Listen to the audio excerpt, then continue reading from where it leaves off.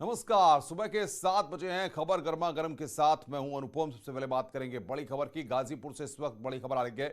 गाजीपुर में एनकाउंटर हुआ है। पुलिस और बदमाशों में मुठभेड़ हुई है। मुठभेड़ में 2 बदमाशों के पैर में गोली लगी है। घायल बदमाश जिला अस्पताल में भर्ती है। सदर कोतवाली के जंजीरपुर मोड़ पर यह मुठभेड़ हुई है। बैंक मित्र से 1,80,000 रुपए लूटकर फरार हो रहे थे आरोपी, तब वहां पर यह एनकाउंटर हुआ है। कार इसकी चेकिंग हो रही थी, पूरा दिन भी इसकी चेकिंग चली थी। उस समय तो ये छिप गए थे, लेकिन अभी शाम को फिर ये गाड़ी ट्रेस हुई तो इसका फिर पीछा किया गया। और जब पीछा किया गया तो जब ये घिर गए तो इन्होंने फायरिंग की पुलिस पार्टी पर, जिससे जो नंदगंज एसओ हैं उनके बुलेट प्रूफ में 2 गोलियां लगी। बचाव में पुलिस ने फायरिंग किया, जिसमें 2 बदमाशों के पैर में गोलियां लगी। इस समय उन्हें तुरंत हॉस्पिटल के लिए भेजा गया है। प्रयागराज में पेट्रोल पंप के पास खड़ी कार में अचानक आग लग गई। फायर ब्रिगेड के पहुंचने से पहले ही कार खाक हो गई।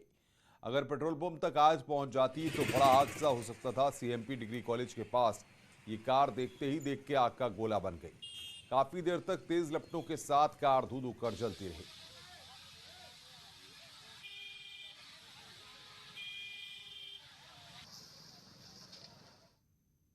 कानपुर में पुलिस कमिश्नर असीम अरुण आने वाले त्योहारों के चलते सड़कों पर सुरक्षा व्यवस्था का जायजा लेने के लिए देर रात सड़कों पर निकले।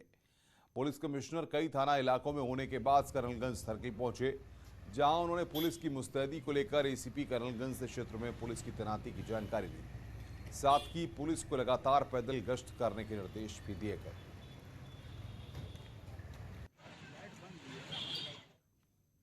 आगरा में पुलिस की हिरासत में मौत मामले में पोस्टमार्टम रिपोर्ट आ गई है। पोस्टमार्टम रिपोर्ट में सफाई कर्मी अरुण के शरीर पर चोट के निशान का जिक्र है। उसके शरीर पर 4 चोट के निशान की पुष्टि हुई है। दोनों पैरों पर खरोच के निशान भी हैं, लेकिन मौत की वजह हार्ट अटैक बताई गई है। 2 डॉक्टर्स के पैनल ने पोस्टमार्टम किया है।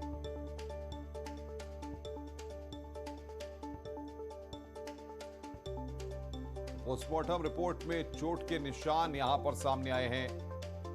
पुलिस हिरासत में मौत का यह पूरा मामला है। सफाई कर्मी की मौत की वजह हार्ट अटैक बताई जा रही है। पुलिस हिरासत में सफाई कर्मी की मौत हुई थी।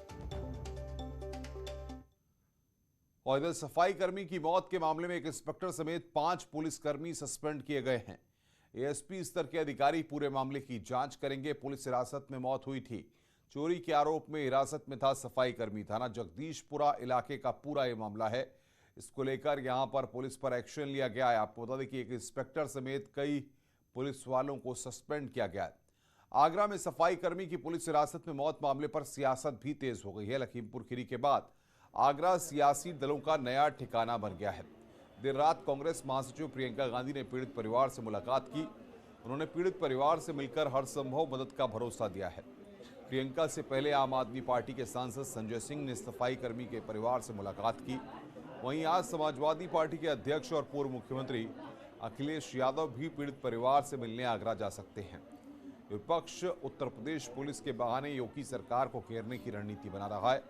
मामले की गंभीरता को देखते हुए सीएम योगी ने कल ही मृतक के परिजनों को 10 लाख के मुआवजे और परिवार के एक सदस्य को सरकारी नौकरी का ऐलान कर दिया था। साथ ही आरोपी पुलिसकर्मियों पर भी गाज गिर चुकी है।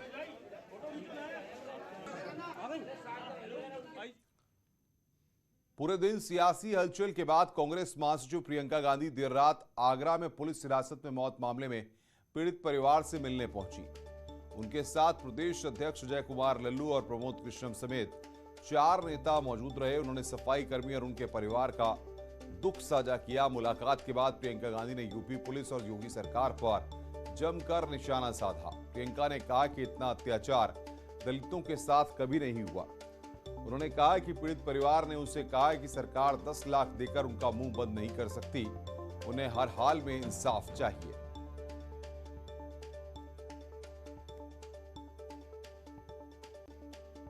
वाल्मीकि जी के परिवार से मिलके आई हूँ। जो बातें उन्होंने मुझे बताई है, सामने मुझे यकीन नहीं आ रहा है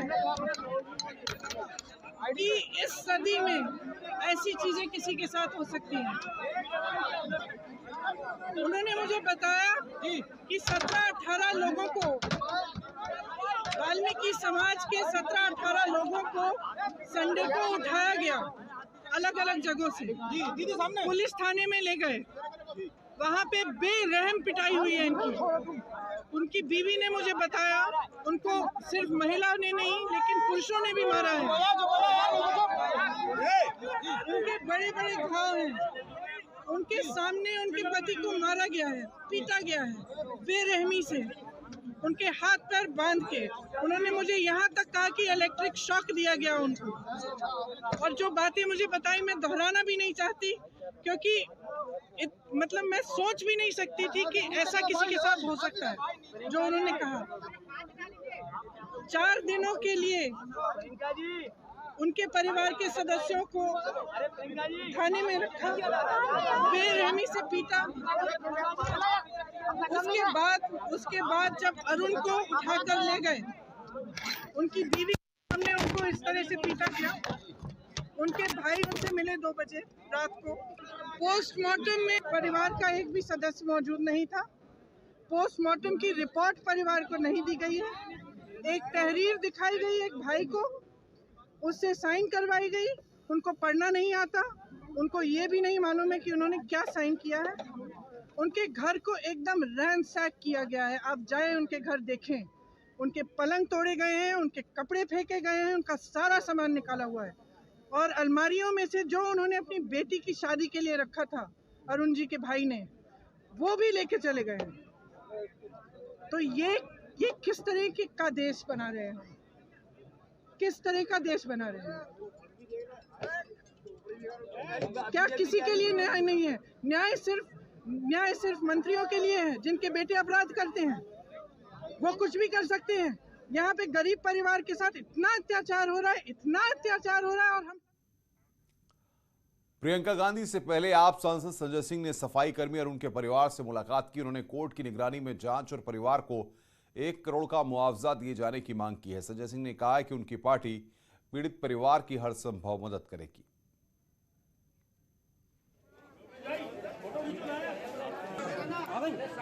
पुलिस ही हत्या के अभियुक्त है, तो इसलिए इस मामले में कोर्ट मॉनिटर्ड इंक्वायरी होनी चाहिए। 1 करोड़ का मुआवजा परिवार को मिलना चाहिए और साथ ही साथ परिवार के लोगों को नौकरी मिलनी चाहिए।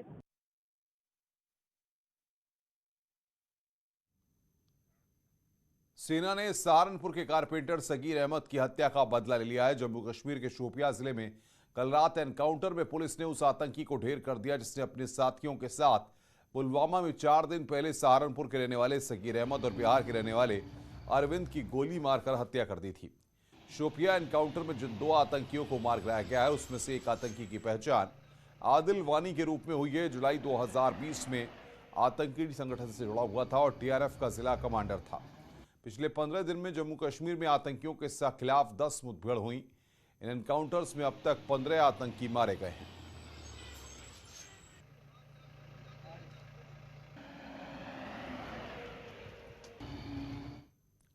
सेना की इस कार्रवाई के बाद पीड़ित परिवार ने कहा है कि सुनकर सुकून पहुंचा कि उनका हत्यारा मारा गया, लेकिन सरकार से अब तक मदद नहीं मिलने की वजह से परिवार में निराशा दिखी। जी, हमें बहुत सुकून मिला है खबर सुन के कि जिसने हमारे अब्बा को मारा था वो भी मर गया।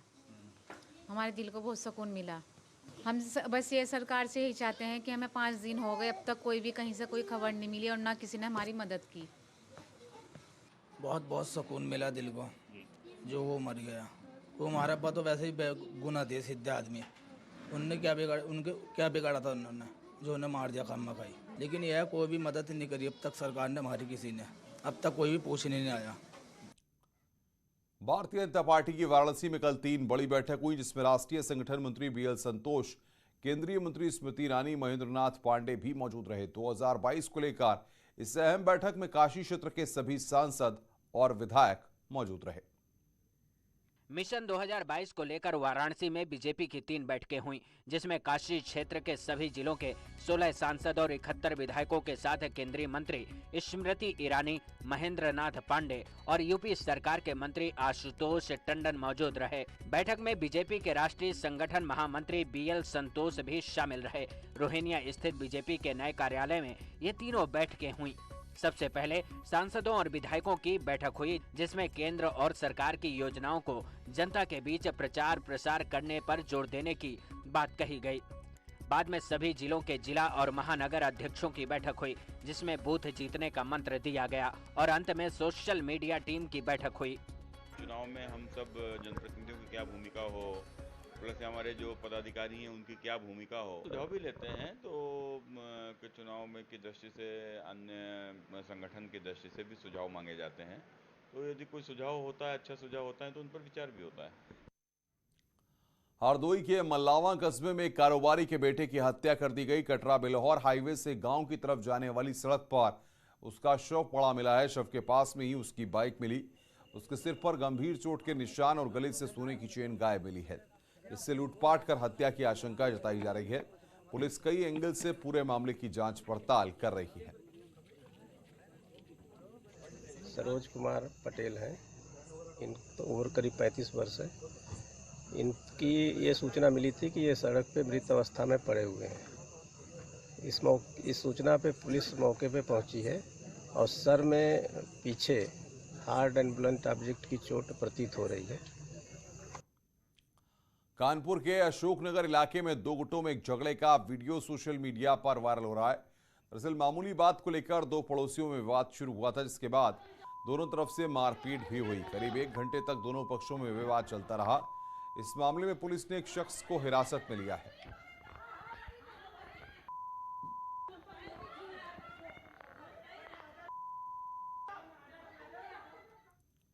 नोएडा पुलिस ने पाकिस्तान के समर्थन में नारे लगाने के आरोप में 3 लोगों को गिरफ्तार कर लिया।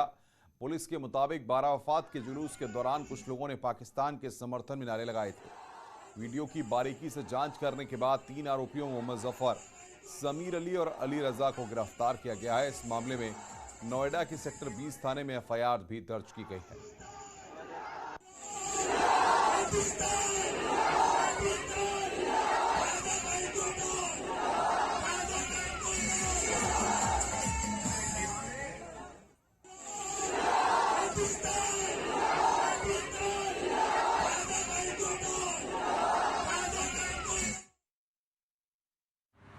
बारह वफात का एक जुलूस आयोजन हुआ था।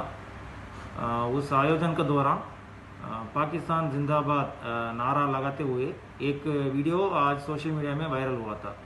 उस वीडियो को पुलिस द्वारा विश्लेषण किया गया है और एक एक्सपर्ट को भी दिखाया गया और उनका सलाह लेने के बाद प्रथम दृष्टिया ये लग रहा है कि उस वीडियो में पाकिस्तान जिंदाबाद नारा लगाना सही प्रतीत हो रहा है। इस वीडियो को पूरा देखेंगे तो इसमें इनके द्वारा बहुत बार हिंदुस्तान जिंदाबाद नारा लगा रहे थे, बट बीच में पाकिस्तान जिंदाबाद भी नारा लगाया गया है। और इस क्रम में हम सेक्टर 20 थाना में मुकदमा लिखा गया है और 3 लोगों को गिरफ्तार कर लिया गया है। आगे की कार्रवाई की जा रही है। मेरठ के कुर्ला गांव में आए दिन भैंस बकरी चोरी की घटनाओं से परेशान गांव वालों ने कोने में CCTV कैमरे लगाए हैं। मेरठ के इस गांव के लोग CCTV वाला गांव अब कहने लगे हैं। गांव में हर गली नुक्कड़ में CCTV कैमरे लगाए गए हैं। इसके लिए बाकायदा कंट्रोल रूम बनाया गया है, जहां और जाने वाले कड़ी निगाहें रखी जा रही हैं। ग्राम प्रधान के मुताबिक गांव में कुल 75 CCTV कैमरे लगाए गए हैं।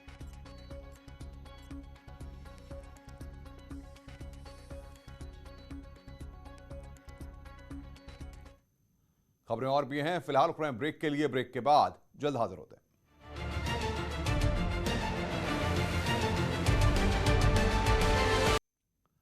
स्वागत है ब्रेक के बाद। आज भारत वैक्सीनेशन में इतिहास रचने वाला है। कुछ ही घंटों के अंदर भारत में 100 करोड़ वैक्सीनेशन का आंकड़ा पार हो जाएगा। इसके साथ ही भारत दुनिया में सबसे ज्यादा लोगों को कोरोना की वैक्सीन लगाने वाला देश बन जाएगा। खबर है कि इस मौके पर PM मोदी भी दिल्ली के राम मनोहर लोहिया अस्पताल जा सकते हैं। दुनिया के कई देशों के साथ WHO भी भारत के वैक्सीनेशन अभियान की तारीफ कर चुका है।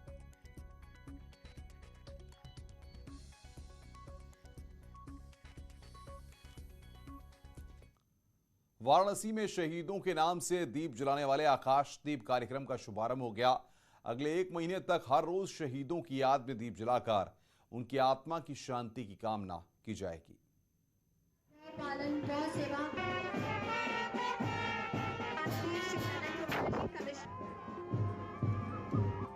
बांस की डोलचियों में रखकर जलते दीपों को आसमान की तरफ भेजे जाने की ये सदियों पुरानी परंपरा काशी में आज भी निभाई जा रही है। पुलिस और PAC के शहीद जवानों की याद में यहाँ आकाश दीपकों को जलाया जाता है। अश्विन पूर्णिमा से कार्तिक पूर्णिमा तक 1 महीने तक हर रोज दीपक जलाए जाएंगे। ये प्रतिवर्ष की बात है। इस वर्ष भी गंगोत्री सेवा समिति एक शरद पूर्णिमा से लेकर कार्तिक पूर्णिमा तक मास पर्यंत जो आकाश दीप जले हैं उसमें उत्तर प्रदेश पुलिस व PAC के जो शहीद जवान हैं उनके नाम के से 1 महीने की आकाश दीप जलेगी और ये मास पर्यंत तक जलता रहेगा। इसी का समापन हम लोग देव दीपावली के रूप में करते हैं। क्या परंपरा होती है ये आकाश? इसकी परंपरा तो महाभारत काल से चला आ रहा है। महाभारत काल में जो भी वीर गति को प्राप्त हुए थे उनके नाम से आकाश दीप जलते हैं। तो इसकी शुरुआत सन 1990 में गंगोत्री सेवा समिति ने प्राचीन दशाश्वमेध घाट पर किया था, जो कि आज अनवरत चालू है। शुभारंभ के समय वीरों को नमन किया गया। शांति पाठ के बीच 34वीं और 36वीं बटालियन के बैंड के धुन के बीच शहीदों को श्रद्धांजलि दी गई। इस बुलेटिन में फिलहाल इतना ही। नमस्कार।